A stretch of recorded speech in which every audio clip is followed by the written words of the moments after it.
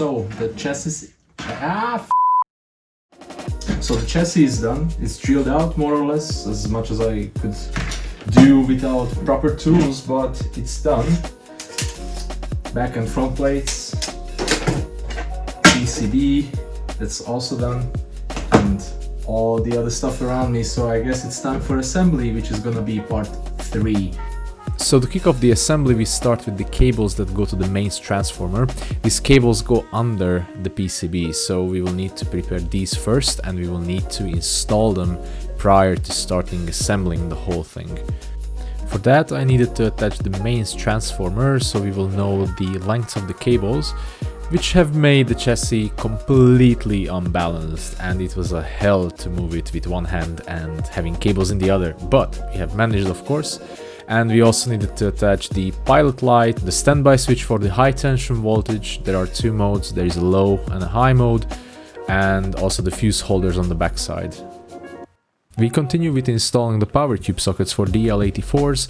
These are some nice belt-on sockets with some tube retainers on the other end, so these needed to be installed together. Whereas the preamp tube sockets are PCB mounted, that was a purposeful choice because I found that lead dress is a terrible big issue with this kind of setup in this particular chassis and this particular topology that I have. It was just simply not enough space to do it properly and nicely.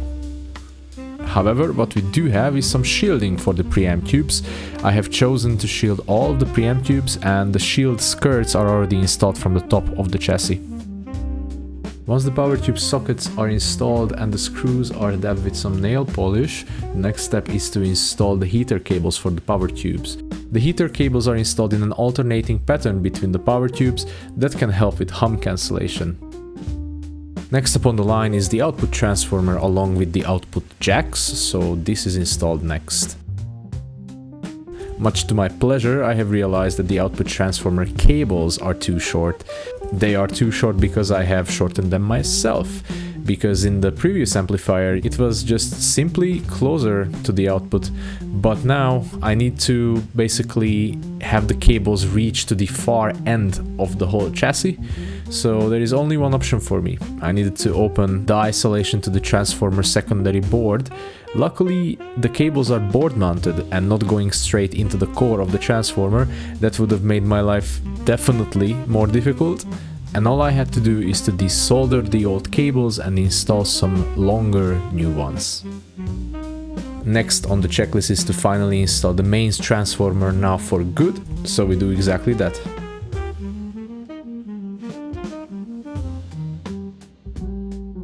After we have the mains transformer mounted, we can attach the cables which go to the secondary part of the transformer, which will be attached to the PCB.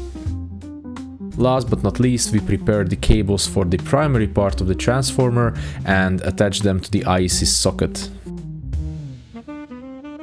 There's still a lot of things to do, but we are moving step by step. So what do we have so far? We have the mains transformer installed, all the primary and secondary cables attached and nicely cable tied to each other, so we have a nice lead dress everywhere. We also have the power tube sockets installed, screen and grid resistors installed, and also the anode cables are installed, which go to the output transformer. So we are getting there. Everything that goes below the PCB is already installed, so we can move forward. So the next step is gonna be to install all the potentiometers and the switches that go into the faceplate. Off camera, I have attached all the necessary cables that go into the switching matrix, so basically to the foot switches. And now it's the moment. We're gonna place the PCB into the chassis the first time,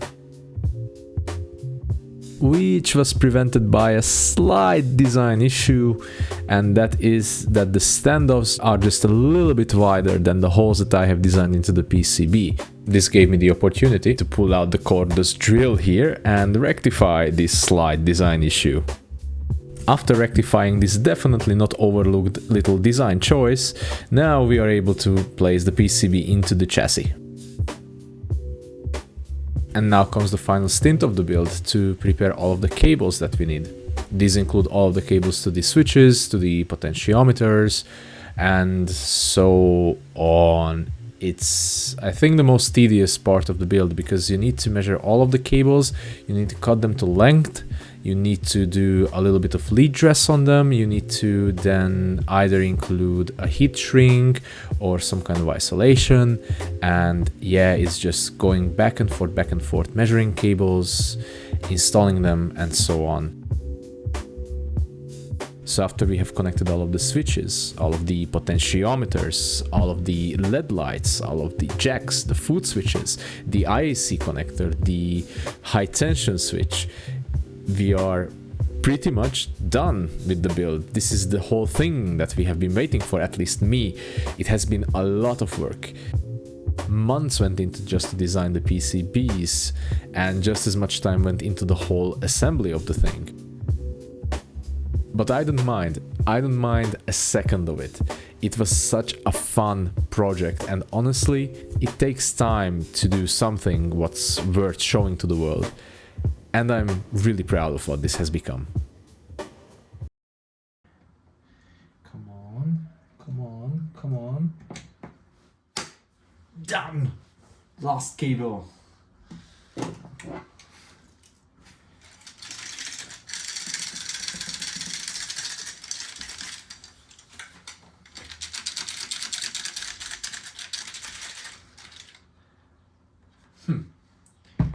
Hopefully nothing stayed inside that shouldn't have stayed inside. The thing is done! Yes!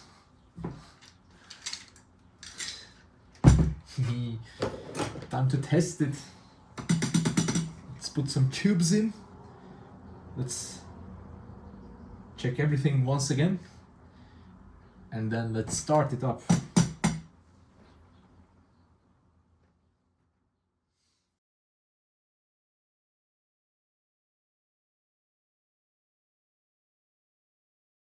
So, the day has finally come.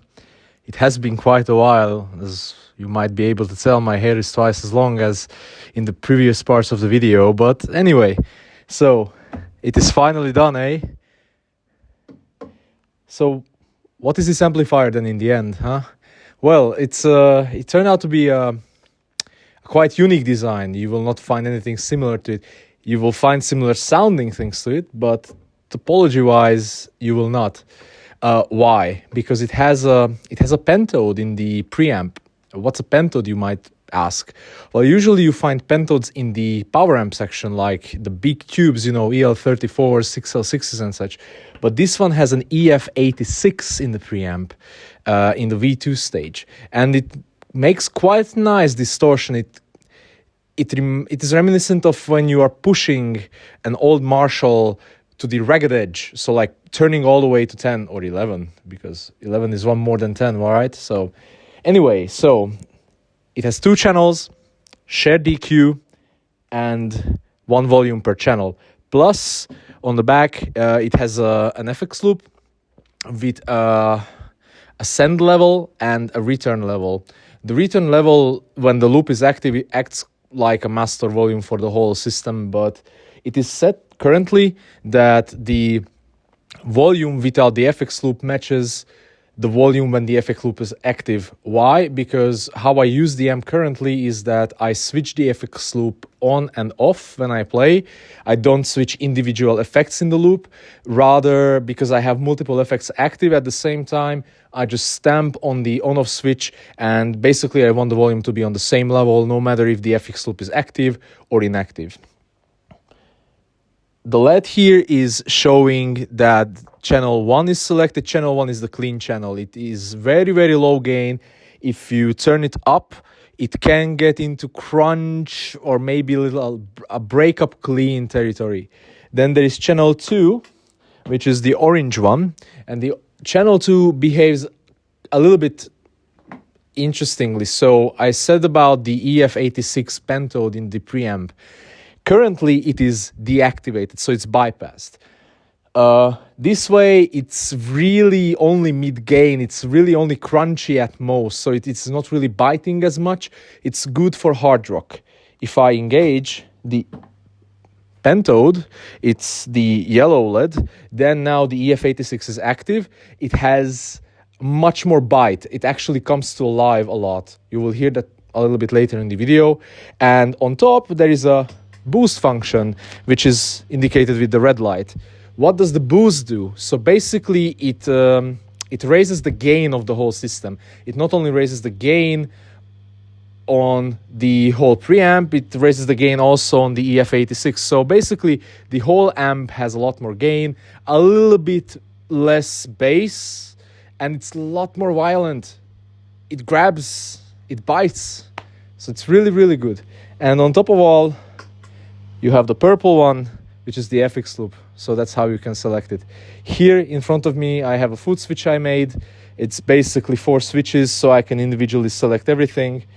And for example, how I do it is like you can see the FX loop is active, the Pentode is active, and channel 2 is active. And usually I just swap, bam, 2 things. So FX loop is out and channel 1 is active. So that's how I use it mostly.